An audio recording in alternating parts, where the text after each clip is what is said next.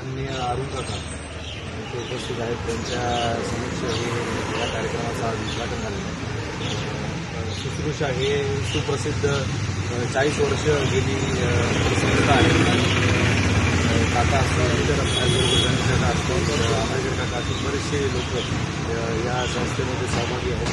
त्याचबरोबर अनेक लोकांना इथे लेग देण्याचं कामसुद्धा इथे पूर्वी होतं. जयपूर फूट देण्याचं कामसुद्धा इथे झालं होतं आणि ही जागा आता जास्त आपले सभासद सक्रिय कमी असल्यामुळे ही जागा थोडी पडीक झाली होती आणि आम्ही आता त्याला पुनर्निर्माण चांगल्या पद्धतीने आम्ही याचं नूतनीकरण आम्ही इथे करत आहोत.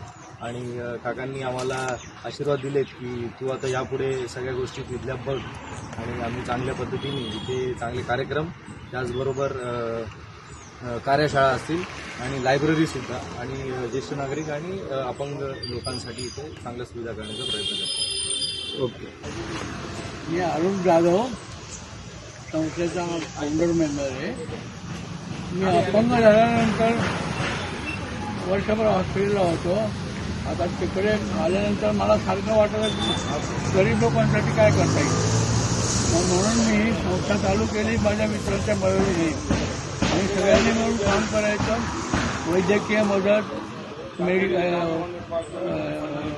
व्यावसायिक मदत, बऱ्याच लोकांना स्टॉल दिलेला आम्ही आणि त्यांनी धंदे चालू केले.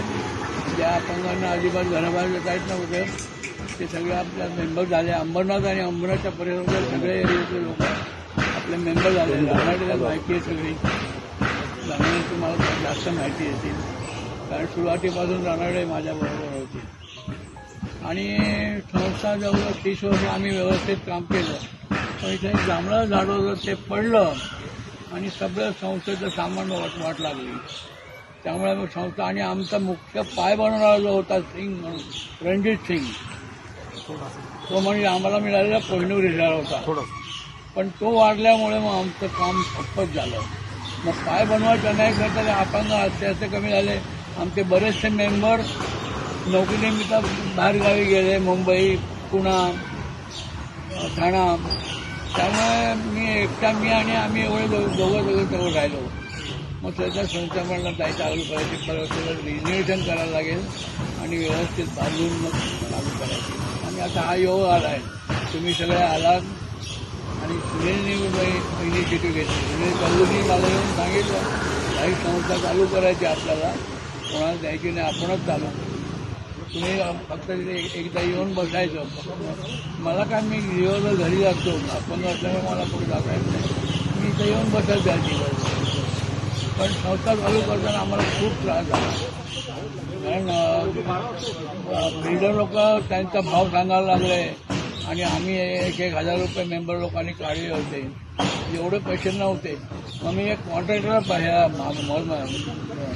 गव्हर्नरला पकडलं, त्याला म्हणलं तू काम कर, मी आणि कसं बाहेर चाललं त्याप्रमाणे या सगळ्या रूम बांधून घेतले आपण आणि मग संस्था चालू केली आपण.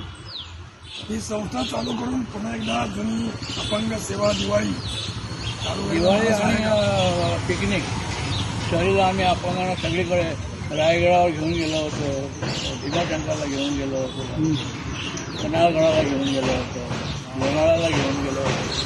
लोणावळ्याला शरद पवारांची बहीण तिथे राहते, ती स्वतः आली होती.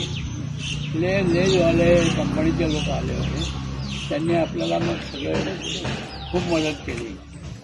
लोकल माणसं प्रत्येक वेळेला आम्ही जायचो बाहेर तर लोक माणसं मदत करायची. कुणाला पण सारस बागेत जेव्हा मुलांना नेलं तर बाग बंद केली होती,